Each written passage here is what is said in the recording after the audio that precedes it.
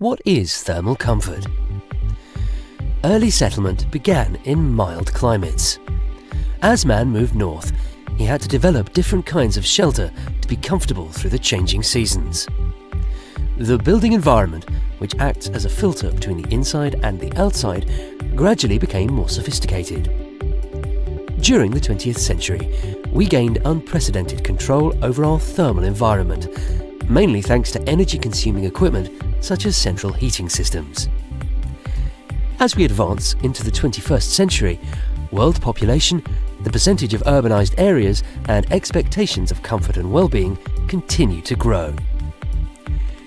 Striving to reduce energy demand of buildings while providing comfort and well-being requirements is more important than ever. Designing efficient building envelopes is one of the first steps to consider. Today, we spend more and more time indoors, where we expect a level of thermal comfort that ensures comfort and well-being but can be provided efficiently. While extremes in temperature can be fatal, even gentle fluctuations can cause us increased pleasure or discomfort.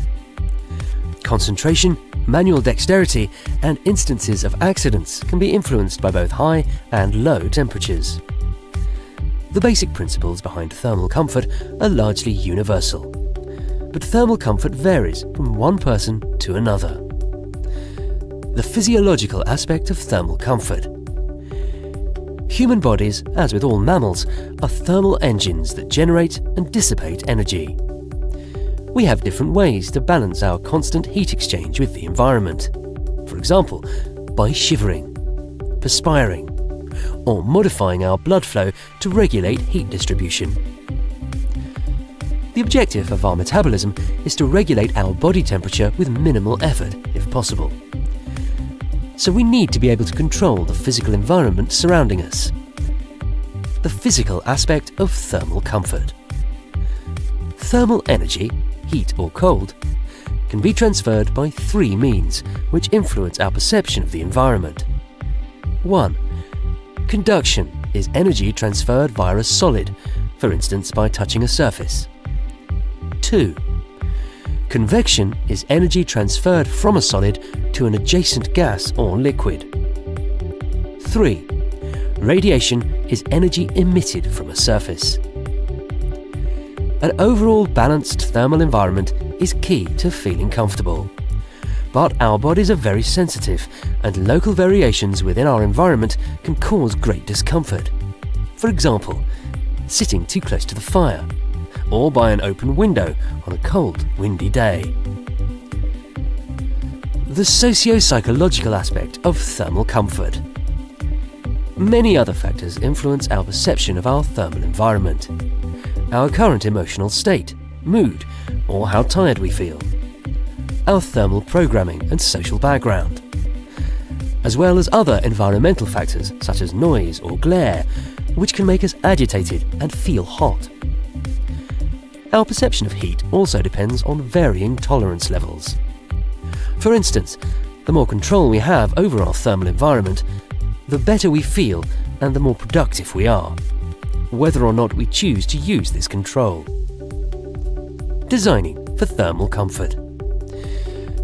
There is no one-size-fits-all recipe for thermal comfort. Solutions vary depending on the local climate, as well as the type of activity performed by the building users. The building envelope acts as a filter between the exterior and interior climates.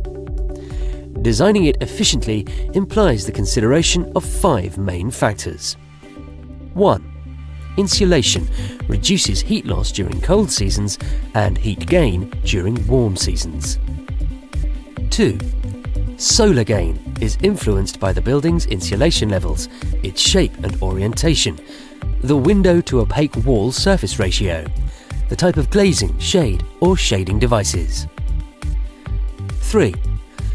Thermal inertia varies according to the mass and material of a building. High inertia envelopes give more internal temperatures in the face of outdoor temperature change. 4. Airtightness and ventilation enable the control of air exchanges with the outside. A well-designed building envelope can dramatically reduce the need for mechanical systems required to provide thermal comfort, so reducing the environmental impact. The future. Although our basic thermal comfort requirements are likely to remain the same in the future, our outdoor environment is likely to change further. Climate change will play an increasingly important role in the design of the built environment. New systems and materials will continue to be developed and refined. These changes, as well as a new approach to energy use, will require buildings to be capable of evolving over time in order to be both comfortable and energy efficient. A key factor in this evolution will be to ask ourselves what levels of thermal comfort will be considered acceptable. Should we just put on a jacket rather than turn up the heat?